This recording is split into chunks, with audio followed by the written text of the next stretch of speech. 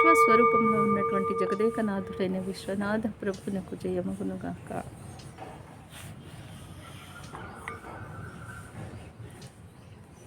మనం మంత్రతంత్ర భక్తి కావ్యమైన తిరుమందిరమునకు తెలుగు అర్థాన్ని తెలుసుకుంటూ ఉన్నాం. ఇప్పుడు ఈరోజు 592వ మంత్రం నుండి తెలుసుకోబోతున్నాం. శివ మహాదేవ ప్రభునకు జయమగునుగాక.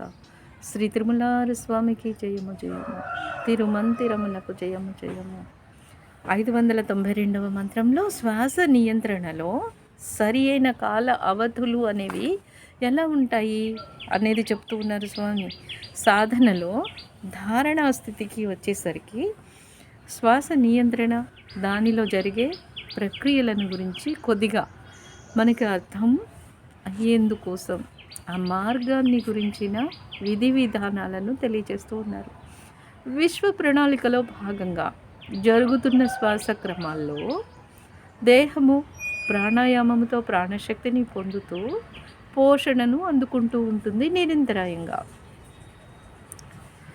ఏ కాల అవధుల కూర్పుతో కలిపి సాధన చేసినప్పుడు మనం దానితో పాటుగా కాల అవధుల కూర్పుతో కలిపి సాధన చేసినప్పుడు శ్వాసలోని విభాగాలలో ఒకటైన కుంభకము సరిపోయినంత జరిగినప్పుడు కణానికి సరిపడినంత ప్రాణంతో అది నింపివేస్తూ ఉంటుంది.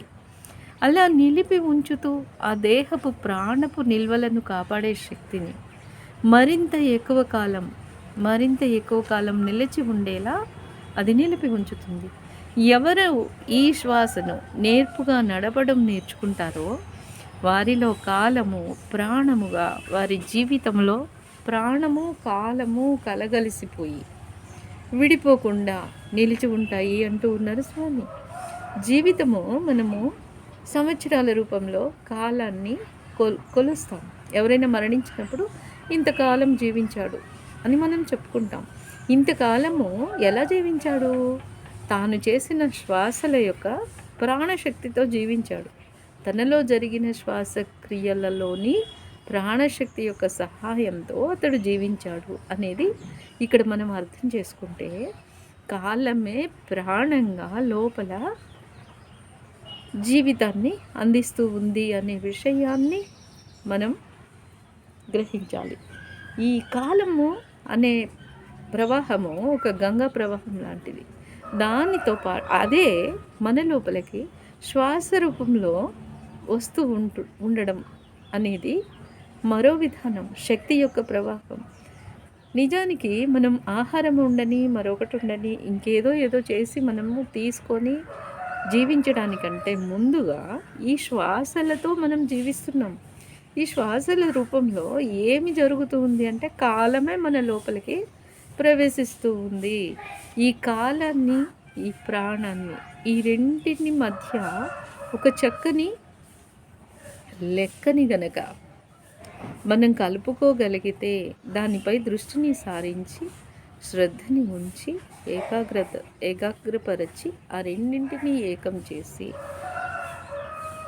నేర్పుని సంతరించుకుంటే వారికి కాలాన్నే ప్రాణంగా, వారి జీవితంలో ప్రాణము కాలము కలగలిసిపోయి విడిపోకుండా నిలిచి ఉంటాయి అంటూ ఉన్నారు స్వామి. ఇంతకుముందు శ్లోకంలో శాశ్వతత్వం సిద్ధిస్తుంది అని మనకి ఒక హింట్ ఇచ్చారు.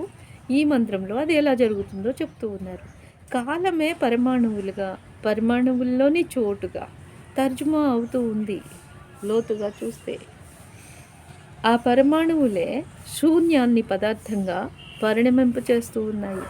పదార్థానికి చోటును ఆక్రమించే శక్తి, చోటుకు పదార్థాన్ని ఉంచుకోగల శక్తి, ఈ రెండు కూడా పరస్పర పూరకాలుగా, అలా చోటులో పదార్థాలు పంచభూతాలుగా, పంచభూతములు చరాచర జగత్తులోని జీవజాలాలుగా, ఆ జీవజాలాలకు జగత్తు ప్రాణముగా కాలాన్ని అందిస్తూ ఒక సైకిల్ అనేది, ఒక చక్ర వ్యూహం అనేది ఇక్కడ జరుగుతూ ఉంది.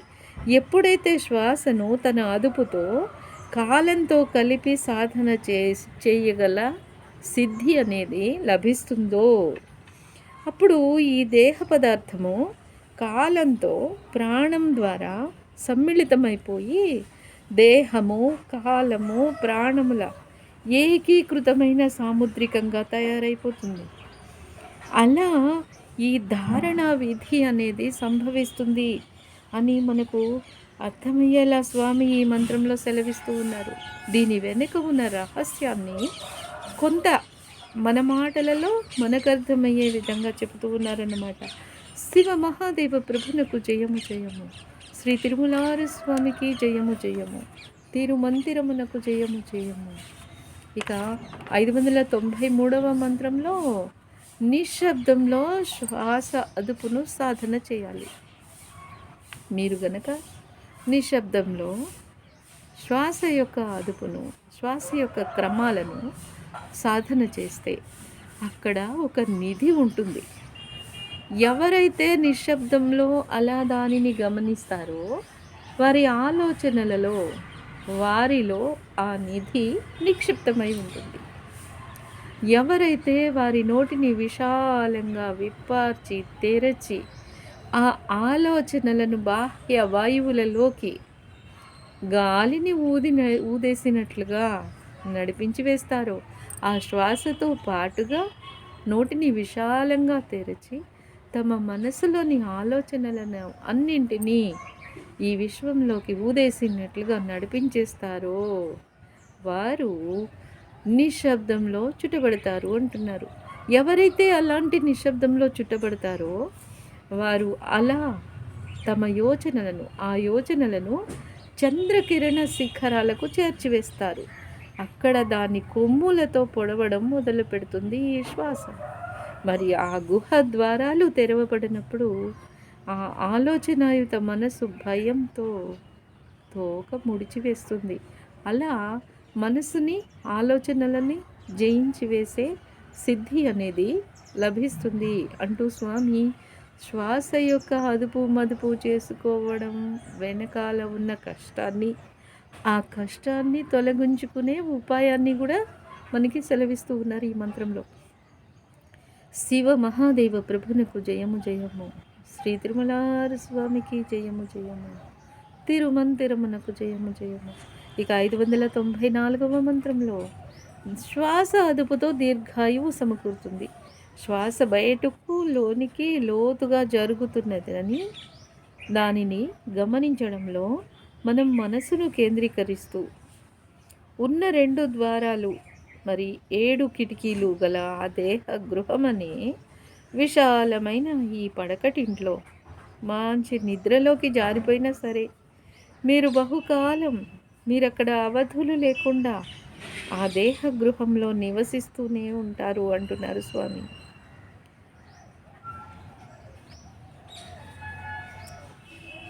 ఎంత అద్భుతమైన మంత్రాలు ఇవి.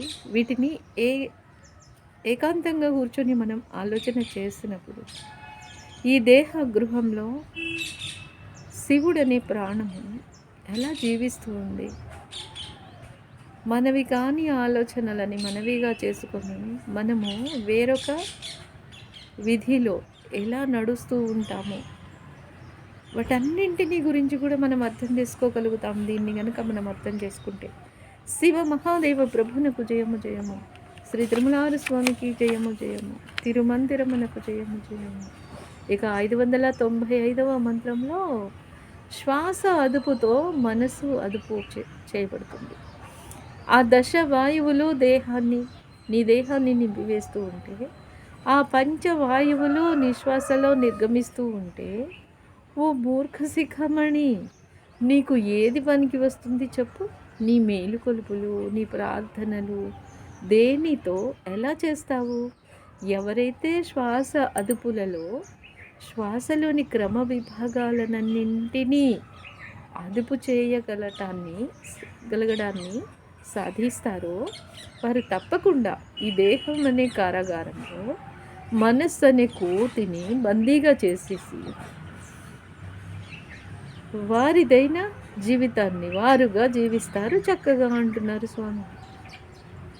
శ్వాసని అదుపు చేయడంలోనే, శ్వాసని పరీక్షించడంలోనే, పరిరక్షించుకోవడంలోనే దానంతటదిగా జరుగుతూ ఉన్న దానిని శ్రద్ధగా గమనించడంలోనే మనసుని అదుపు చేయడం వస్తుంది. చాలామంది ధ్యానం చేస్తున్నాము మేము, కానీ మాకు ఆలోచనలు వస్తూ ఉన్నాయి అంటూ ఉంటారు. ఆ ఆలోచనలే మనస్సు యొక్క స్వరూపం. ఆ మనస్సుని ఎలా మనం అదుపు చేయాలో చెప్తూ ఉన్నారు ఇలా. ఆ మనస్సు అనే కోతిని దేహం అనే కారాగారంలో బంధించేసి అసలైన నీవు జీవించడం ఎలా అనే విషయాన్ని గురించి ఇక్కడ మనకి చెప్తూ ఉన్నారు కదా. ఇక 596వ మంత్రంలో దేహానికి అమరత్వాన్ని ప్రసాదించండి. ఈ దేహానికి అమరత్వాన్ని ప్రసాదించండి. ఈ దేహానికి అమరత్వాన్ని ఎలా ప్రసాదిస్తారు? మీరు ఎందుకు దీనికి అమరత్వం లేకుండా చేస్తున్నారు? ఈ పంచభూతాలు ముందే అమరత్వంలో ఉన్నాయి. అది అమరత్వపు స్వభావంలో ఉన్నదే. కానీ నీవు ధరించిన తరువాత నీ ఆలోచనలతో దాని అమరత్వ సిద్ధిని రద్దు చేస్తూ ఉన్నావు. ఎవరైతే ఈ విధంగా శ్వాస పైన తమ మనస్సును ఏకాగ్రపరిచి తమ మనస్సును లేనిదిగా చేసి జీవిస్తారో వారు జన్మ మృత్యువులను ఏకం చేసుకోగల సామర్థ్యాన్ని, శాశ్వతత్వాన్ని అందుకునే స్థాయిలోకి ముందుకు వచ్చారో ఇంకా వారి ముగింపు అనే తుది తంతును వారికి కలుసుకున్నారు. అయిపోయింది. దాంతో వారికి కలయిక జరిగిపోయింది. ఇంతవరకు తమ సాధనలో ముందుకు వెళ్ళిన వారంతా వారి ముక్త స్థితిని అందుకున్నారు. మరి ఇంకా ఏదో విధి ఉన్నది అనే నమ్మకం ఏముంది? వారి వెనకాలే వచ్చిన వారికి శ్వాస అదుపుతో తమను తాము అదుపు చేసుకొని ఆ సాధకులను అనుసరిస్తున్న వారి కొరకు మరొక విధి ఏదో ఉన్నదన్న హామీ ఏమున్నది? ఇంకా అక్కడ కోటాను కోట్ల జీవరాశులకు వాటి జీవన విధానాలు ఎలా ఉంటాయి అన్న దాని గురించి మాట్లాడేందుకు ఏముంది? అన్ని రూపాలలో కూడా ప్రాణమే కదా ప్రవహిస్తూ ఉంది. ఏముంది? అంతా ఏకంగానే కదా ఉంది. ఏది విభిన్నత్వపు వింత ఇది? కదిలే ఇసుక మార్గంలో ఒడ్డులో స్థిరంగా ఆ ఇసుక దేనిని పట్టుకొని ఉంటుంది? ఎక్కడ పట్టుకొని ఉంటుంది? కదిలే ఇసుకలా ఆ జీవులన్నీ ప్రవహిస్తూ ఉన్నాయి ఈ కాలపు ప్రవాహంలో. అలా ఈ జగత్తు ఏ ఒడ్డులో ఆ ఇసుక రేణువు పట్టుకొని ఉంటుంది? అది నిరంతరము కాల ప్రవాహంలో కదిలిపోతూనే ఉంటుంది. ఎక్కడ శాశ్వతత్వం అనేది వాటికి సిద్ధించనే లేదు. అవి కాలంలో శాశ్వతంగా వెళుతూ ఉన్నాయి. అది వదిలేసి నాకు శాశ్వతత్వం కావాలి అంటే ఎలా? శాశ్వతత్వం అలాగే ఉంది నది రూపంలో. మనలో ఈ జరుగుతున్న ఈ వింతైన ప్రకృతిని మనం గమనించాలి అంటూ స్వామి ఈ జగత్తులో నిరంతరాయంగా జరుగుతూ ఉన్న పరిణామశీల విధానాన్ని గురించి ఒక దృక్కోణాన్ని పెంపొందిస్తూ ఉన్నారు. ఈ మంత్రంతో మనకి ఆ దృక్కోణాన్ని ప్రసాదిస్తూ ఉన్నారు. అటువంటి శివ మహాదేవ ప్రభునకు జయము జయము. శ్రీ తిరుమలారు స్వామికి జయము జయము. తిరుమంతిరమునకు జయము జయము. తిరిగి మరిన్ని మంత్రార్థాలతో మళ్ళీ కలుసుకుందామండి. అంతవరకు సెలవు మరి. Thank you.